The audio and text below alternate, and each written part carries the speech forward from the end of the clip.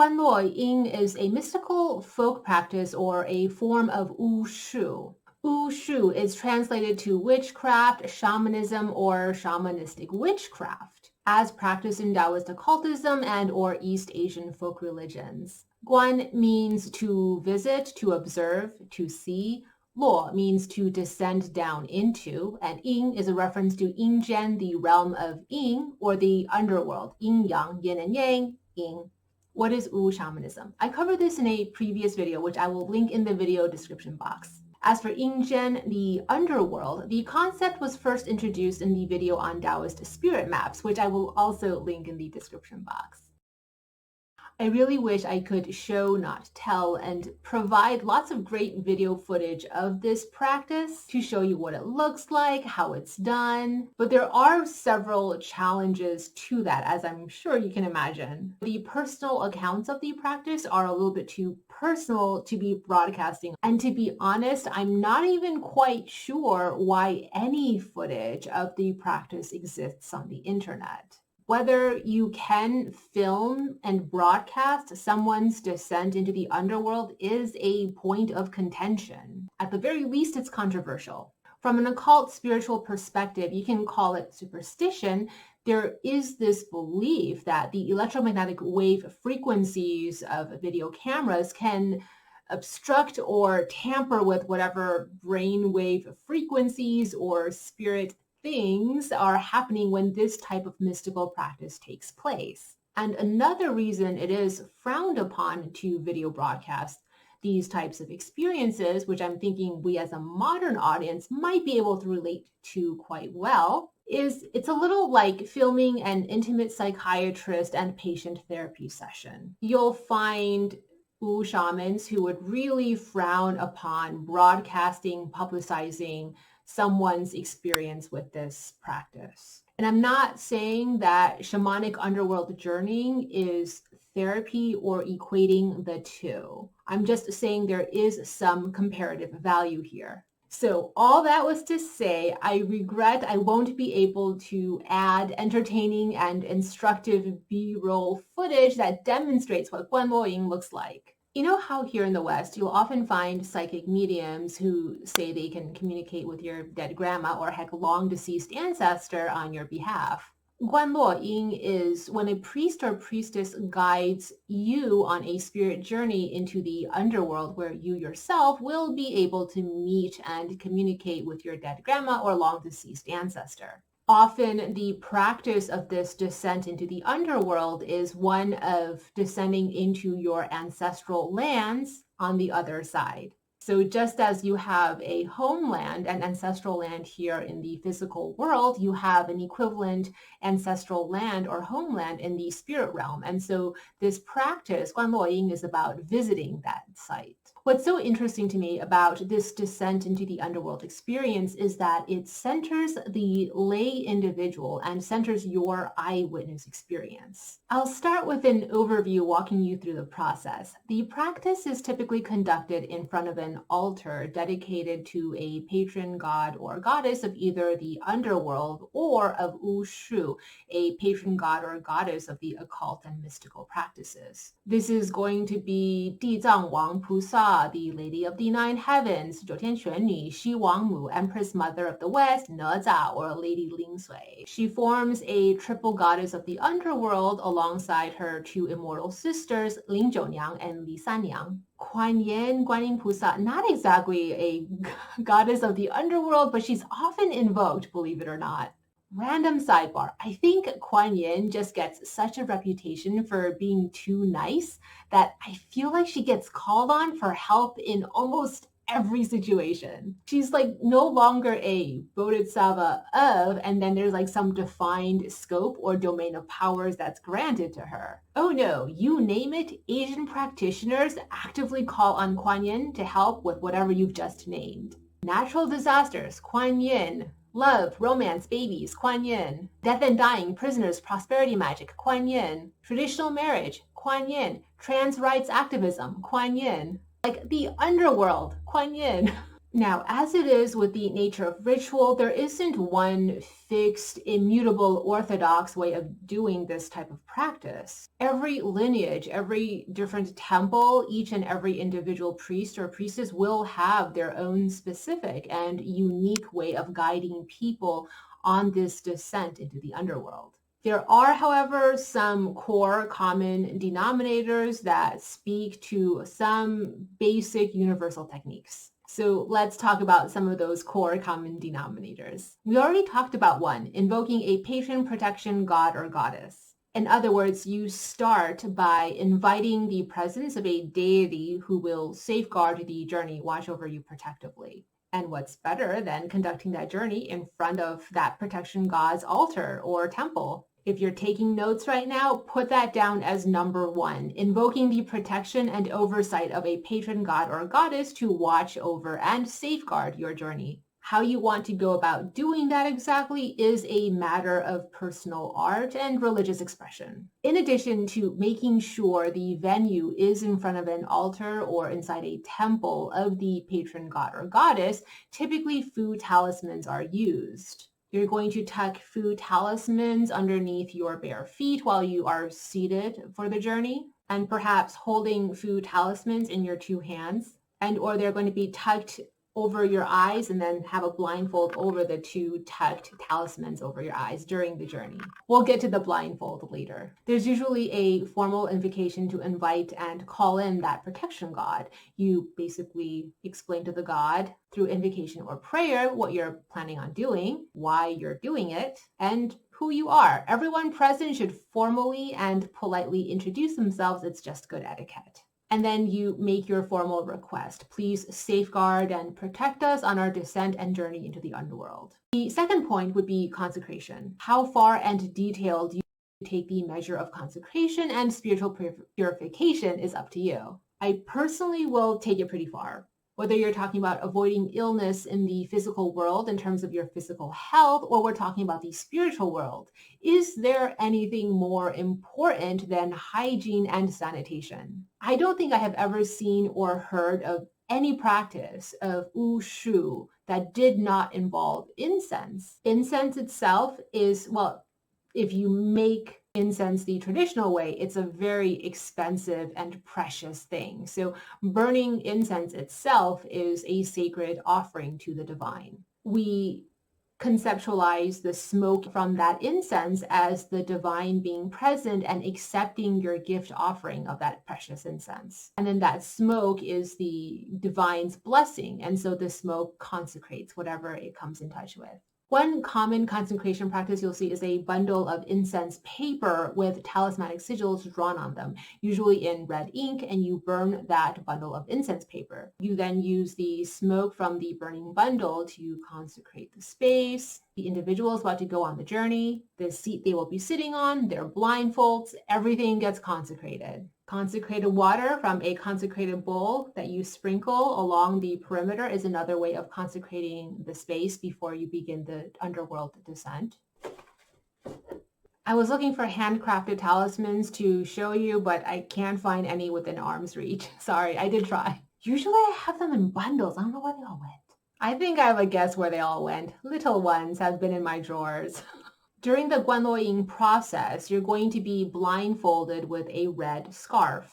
Red wards off evil. Red is believed to be protective against the dangers of the underworld. I don't have a red standard to show because there are specific traditions of practitioners who use imperial gold instead. I mean, I guess yellow. You would probably call this yellow. So yes, I don't use red. I use yellow gold. The belief is that the imperial gold gives off a specific recognizable aura in the underworld that lets all the spirits there know who is protecting you, and maybe this is not somebody you want to mess with. A priest will then recite mantras over you while consecrating your aura with incense smoke. If you're the one that's going to be going on the journey, you're going to be led down to a consecrated seat. You'll be sitting comfortably, and then a rhythmic beating on a drum called an yugu will begin. The yugu is a sacred ritual tool. It's often a ceremonial tool that is a percussive wood block instrument.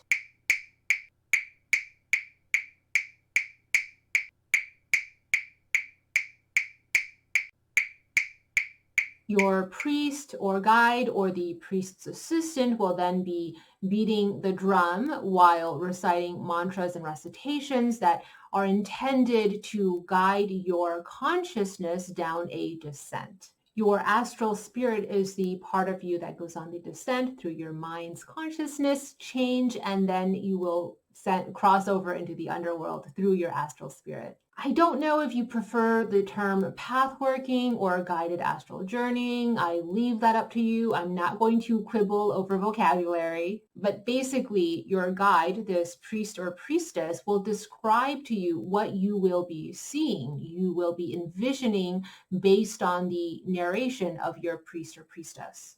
And the process is co-creative in a sense. And what I mean by that is there's going to be a lot of question and response. So for example, the priest will tell you that you're seeing the opening to a cave and you're at the base of a mountain, and then they will narrate and guide you to walk into the cave. And they'll say, oh, you notice a river to the left side of you. Follow that river. You can hear the roaring of the river. They'll say there's a light in the distance, and your narrated guide will tell you to walk toward that light. And as you walk toward that light, you can feel that the cave is going downward.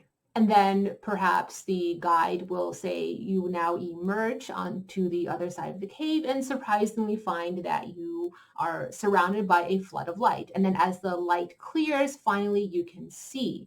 What do you see? And that's why it's co-creative. The priest or priestess will ask you, tell me what you see. Once the flood of light has cleared and you can see the landscape, are you inside? Are you outside? Is it hot? Is it cold? And then while blindfolded and having descended into this otherworldly level of consciousness, you will respond back to the priest or priestess and tell them what you see. And based on what you say, the priest or priestess will then adjust, modify their questioning and their narration accordingly. From the vantage point of the priest or priestess, whether the person you're guiding on this descent into the underworld ends up envisioning themselves outdoors or indoors, a temple, all of these details are pertinent, and you would know symbolically what it means. You would understand where in the terrain or the topography of the underworld they have ended up in. And so presumably the priest or priestess can guide you accordingly. Whether you feel hot or cold, whether you describe it as being very bright or very dark, whether you feel at peace or whether you feel scared, all of these are determining factors. In some instances, the priest may even join you. So they'll say like, hold on a sec, and then the priests themselves will put on a blindfold and then sit next to you and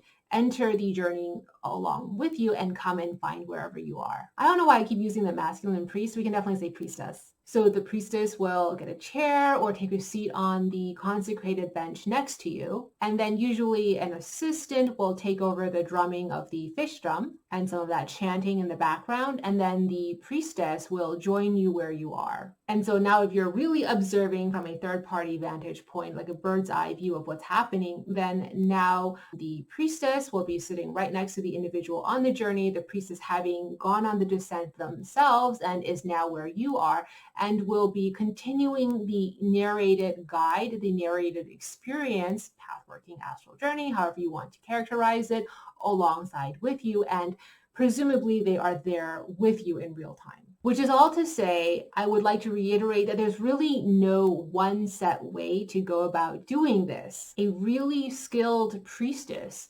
modifies that experience and tailors it to what's happening to you in the moment. And they have enough experience with journeying to the underworld and the topography and layout and map of the underworld to be able to meet you where you are and vanquish whatever needs to be vanquished, protect you in any way, and make sure you always feel safe and secure. Another approach to this descent into the underworld practice would be that the priestess goes on your behalf. So you don't get blindfolded, you stay in ordinary consciousness. It's the priestess who gets blindfolded. The priestess then goes on the journey, a descent into the underworld. You're sitting next to the priestess in regular consciousness. Then the priestess will meet with an underworld warden or god of some sort and ask if so-and-so, the person you have requested to communicate with, whether the priestess can speak with so-and-so. Then the priestess is taken to so-and-so, and then she will describe to you what she sees, where she is, how it feels. Does she feel frightened? Is it cold? Is it warm? Is it peaceful? All of these factors, is she indoors or outdoors? So these are details that will be meaningful to you. And then you can continue to communicate with the priestess to tell the priestess what you want to say to the spirit on the other side. And then the priestess communicates that and tells you the spirit's response. So for example, you can ask, hey, ask her where the will is. We can't find it. A common request. Now, I would make the case that these are fairly universally agreed upon ground rules or principles to this form of wushu, shamanic journeying. First and foremost, there is a fairly agreed upon principle that only those with healthy physical and mental constitution should even be undergoing this kind of journey. Examples: if the person you want to contact is an immediate relative or a loved one that has died less than 49 days ago, and you are still in grief, it's often recommended that you are not the one who goes on the journey. No. So in those cases, if it's been less than 49 days and you're a little bit too close to the recently departed, then the priestess will go on your behalf. When it comes to death and dying, beliefs in the underworld and reincarnation, 49 days, 7 by 7 is an important number to both Buddhists and Taoists. Also, before 49 days, this practice will look a little different because the belief is that the deceased spirit is still on the journey to getting to where they need to go. Whereas the belief is after 49 days, or for contacting a spirit who has long been dead, they are presumably already where they need to be, so you go to the destination. You wouldn't be finding the spirit. Instead of looking and locating the spirit, you're going to where the spirit's final destination is. So one of the objectives, or one of the reasons for going on this descent into the underworld, is if somebody has died less than 49 days ago and you're not sure that they've quite made it where they should go, or perhaps they had bad karma and you want to see if a priest or priestess has the ability to negotiate a better afterlife for your loved one. So that's another reason for the practice. But other than specific specialized cases like that, you as the lay person would be the one who actually experiences the descent into the underworld. When you are the one who is taking that journey, it's often recommended that only those with a particular constitution of healthy qi can go on the journey. So those with very frail or very delicate, vulnerable qi would be told they should not go on the journey themselves, and that it should be the priest or priestess who takes the journey on their behalf and access your messenger. In the 21st century, skeptics, even not very skeptical people, are going to still ask the question, is this real? Do people actually believe this stuff in the 21st century? My personal perspective is, well, how do you define real? If you're asking, is this real? How do you define that word real? Most people I know, especially the skeptics who have experienced this for themselves, leave with a bit of at least a question mark. They're not entirely sure what happened, but something very meaningful, spiritually memorable has happened to them. And can you explain with psychology? I definitely think you can. That's my opinion. As someone observing the phenomenon, it looks like some sort of therapy or counseling is going on, if you're asking me. So often the people who want to go on this journey are people dealing with a persistent emotional or psychological, psychospiritual issue. One example is generational trauma that is often expressed in terms of generational curses. And one approach to healing generational trauma from a Taoist perspective is to journey to the underworld, to your ancestral temple on the other side, and have a conversation with your ancestors to talk it out, like an inter-spirit human mediation. After the encounter, the priest or priestess will guide you on your return from the underworld back into ordinary consciousness. You are then given another full consecration top down, just to make sure that nothing got attached to you on your way back and that you're not bringing any unwanted souvenirs with you from the underworld. And then almost always there is a debriefing session with the priest or priestess in your ordinary state of consciousness. So after the experience, there's almost always this like post-experience one-on-one conversation with the priest or priestess to kind of talk out and reflect on what happened. And I will just say, take it however you want. If you have ever observed a masterful priest or priestess at work in this practice, they're as good, if not better than, the most competent Ivy League celebrated psychiatrist. They're really good at what they do, if you get to meet a good one, because the entire experience is tailored specifically to what's happening to you in the moment during that spiritual experience. So even as a total skeptic, let's review this experience. The ritualized consecration process you are watching before the journey really helps to ground and center your sense of self-confidence and feelings of security. So basically, the priestess is creating a safe space for you, and you really do feel safe. Once you feel safe, you are able to let go and be vulnerable, remove masks and remove defense mechanisms and be you, and then really deal in a vulnerable, pure form way with whatever metaphorical, figurative demons have been haunting you. Deal head on with the problems that are plaguing you while guided by someone who really knows how to read the signs, read the symbols, and understand and interpret those signs and symbols and translate it into mundane language or interpret it on your behalf. A lot like a psychiatrist, if you ask me. Jungian psychiatrist, I don't know. Whether it's the belief that a protection god is nearby or you believe in the powers of the priestess guiding you, there is that comforting feeling that someone with authority and a lot of power is looking after you, looking after your best interest. Before making this video, I really had to ask myself, why share my thoughts on this topic to an English-speaking audience who probably would not be able to have access to this kind of a cultural experience? I think just having the knowledge that practices that aren't easily explained, that cultures and traditions very different from your own have practiced for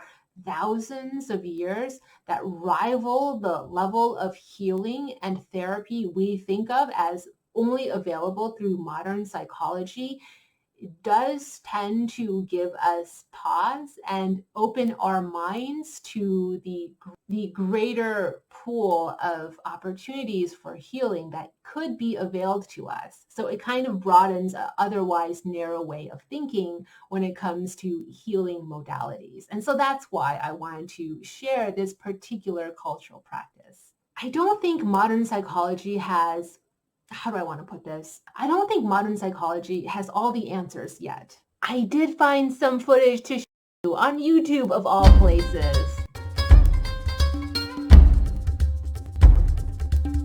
这个关灵术起源于周代，流传民间久。开始了哈，打一个结，打一个火警，看我。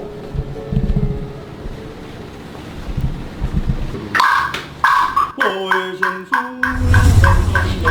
得就这里破叶出啊。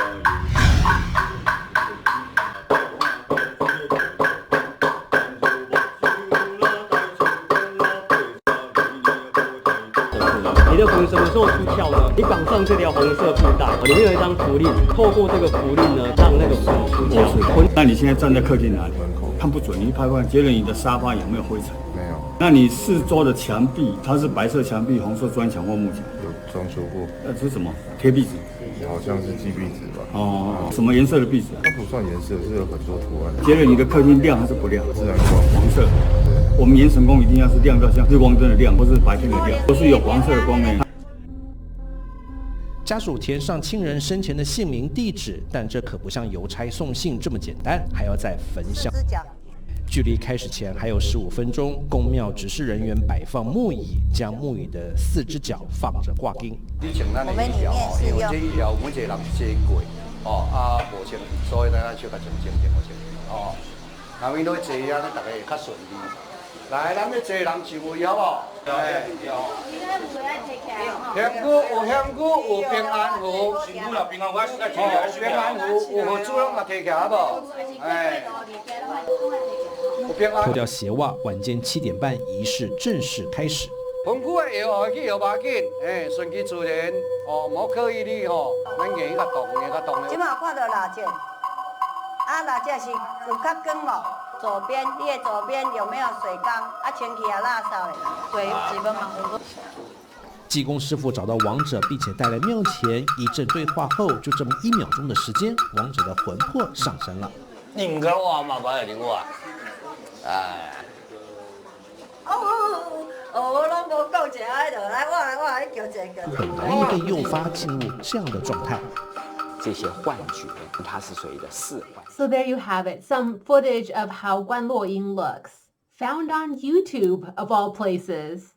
I wouldn't say those snippets paint the whole picture, but they paint enough of it so I think you get a pretty general good idea of the practice itself. Whether talismans and incantations and shamanic journeying are just remnants of superstitious magical thinking, or they can somehow act as a catalyst for healing and increasing self-awareness and even emotional closure, I will leave the judgment up to you.